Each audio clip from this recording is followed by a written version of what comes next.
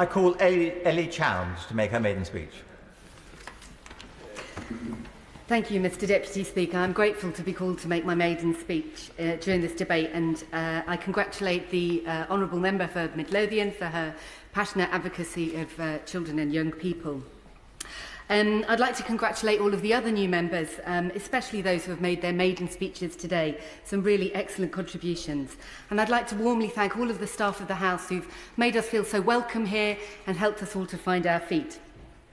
I'm particularly pleased to be called to speak in this debate which focuses on foreign affairs and defence, having spent my own career working in the field of international development and indeed having served in the European Parliament.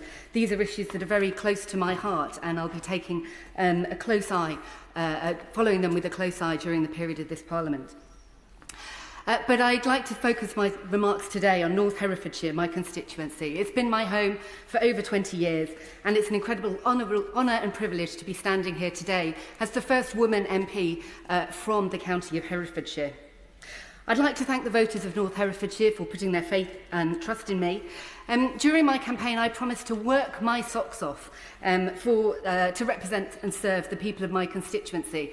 And having arrived here in this House, I've been delighted to discover that the House of Commons gift shop stocks socks in a delightfully fitting shade of green, so I have no fear of running short while I work them off in this place. I reiterate my pledge to my constituents to do everything within my power to repay the trust they've put in me and to represent and serve them well. Before I go further, I would like to honour the tradition of paying tribute to my predecessor, Sir Bill Wigan. He served as the MP for North Herefordshire for 23 years, and I'd like to recognise his long years of service and his contributions indeed to local improvements such as the installation of the lift at Leominster station, something that was referred to by another member earlier, and as an example of the sort of improvement that makes such a difference to people's day-to-day lives and is key to being a good constituency MP. Our party politics may be very different, but as a former Shadow Minister for Environment, Food and Rural Affairs, he proudly championed North Herefordshire and its farmers. Indeed, Sir Bill is famously fond of Hereford cattle and featured them prominently on his literature and his parliamentary letterhead. I wish him all the best as he enjoys spending more time on his farm and with his family, and I want to thank him for his long service in this House. North Herefordshire is one of the largest constituencies in England. It's an hour's drive east to west from the Malvern Hills to the Welsh border, and an hour's drive north to south from Shropshire nearly all the way down to Ross, the birthplace of British tourism. And I'm clearly going to be competing with other members of this House in inviting members here to visit our delightful constituencies to sample their touristic delights. North Herefordshire is rightly famed for its bustling market towns of Ledbury and Leominster, Bromyard and Kington, for its distinctive black and white villages, its people and its produce. It includes two of the UK's 46 national landscapes, the Malvern Hills and the Wye Valley. And so the landscape is indeed gloriously green. Running along the southern boundary of the constituency is the stunning River Wye, about which I shall have more to say shortly. Farming is, of course, central to life in North Herefordshire, and our county is famous for both its cattle and its apples. Since my predecessor made it his business to promote the cattle, I will take this opportunity to talk up our Herefordshire apples, which, although honourable members from Somerset may wish to debate this, undoubtedly produce the finest cider in the country. Indeed, it is one of my ambitions while in this House to introduce some of my county's most famed beverage into the aforementioned House of Commons gift shop. But it's not just the landscape and the produce that make North Herefordshire special. It's the people. And one of the immense privileges of becoming involved in politics has been the opportunity to get to know the multitude of local institutions, charities, community groups and thriving businesses that make up our community. The people of North Herefordshire are creative, innovative, entrepreneurial and deeply caring.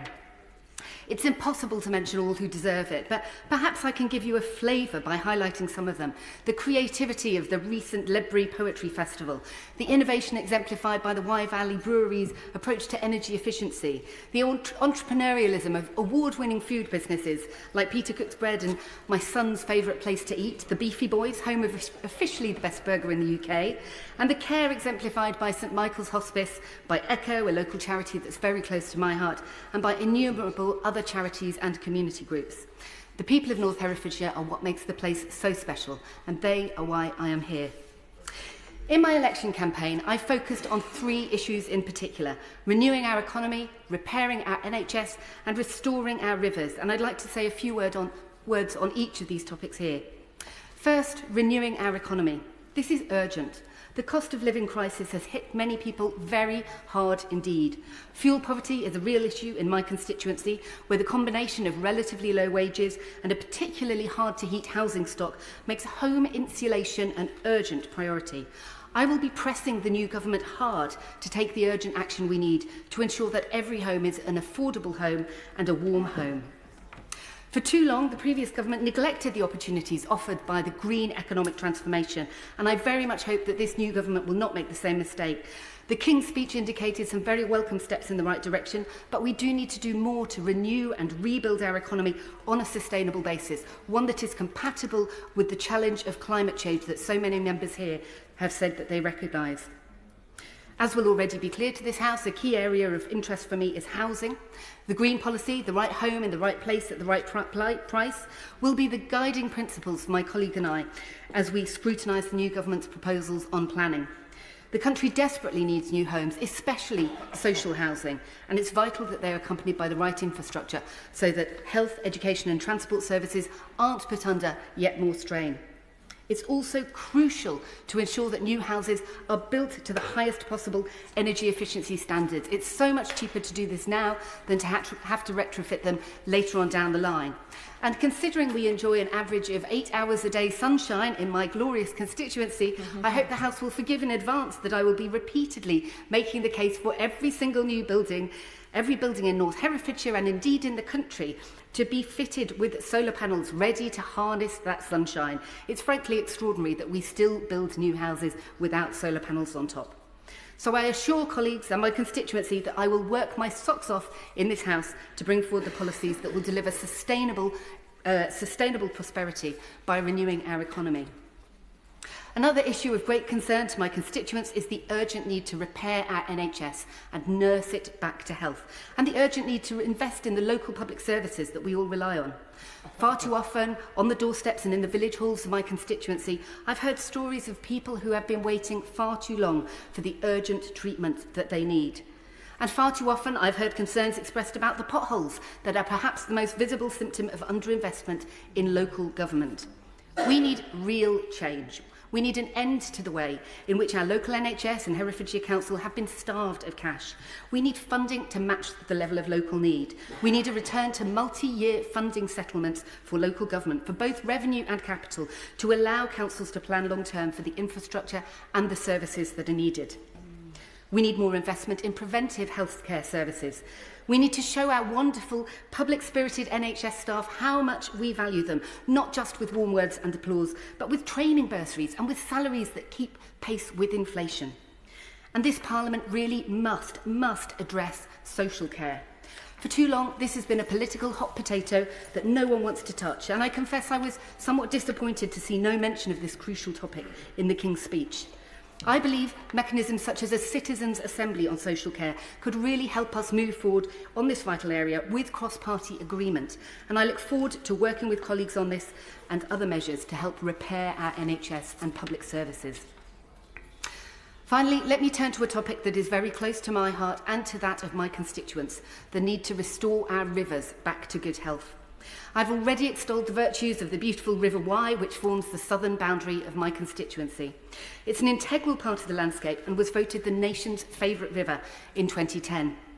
But the ecological health of this much-loved river and its tributaries, including the Lug, the Arrow and the Froome, is under threat, in particular due to phosphate pollution. Last year, Natural England officially downgraded its condition to unfavourable declining.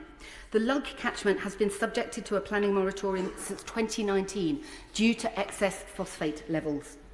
There's good understanding of the causes of the problem in my constituency, primarily agricultural runoff, with the recent major expansion of the industrial poultry industry clearly playing a key role. For too long, our rivers have unfortunately been effectively treated as free sewers, and this cannot continue. Businesses cannot free ride on the natural world. Companies must not profit from pollution. Local campaigners have done an excellent job of highlighting the condition of the river, and there's now a great deal of goodwill among all players. What we need now is a supportive government that will take the action needed to enforce pollution rules and invest in genuine solutions. Because we know that restoring the river, and indeed all of our rivers across the country, goes hand in hand with renewing our economy. Indeed, sectors such as tourism and the construction industry depend on it. Farmers have a key role to play in this restoration, and indeed in nature restoration across the whole country. Living on a farm myself, I'm particularly inspired by the fact that so many farmers are themselves leading the transition towards more nature-friendly farming.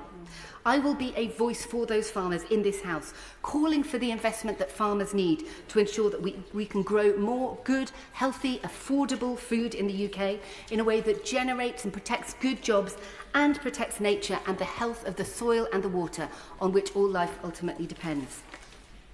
So in closing, I would like to say that I believe in the politics of cooperation. I believe we can do more if we work together rather than against each other. I believe we can do more if we focus on our areas of common ground rather than our disagreements. And I know that people in my constituency and across the country want to see a better sort of politics. That's why I am a passionate supporter of a fair voting system so that everyone's vote counts equally. And so I pledge to my constituents and to all other members of this House, I will work with you together to find that common ground. I look forward to working my socks off with you, together with you, to renew our economy, to repair our NHS and to restore our rivers. And in doing so, I hope that together we can create real change and rebuild trust in politics. Thank you.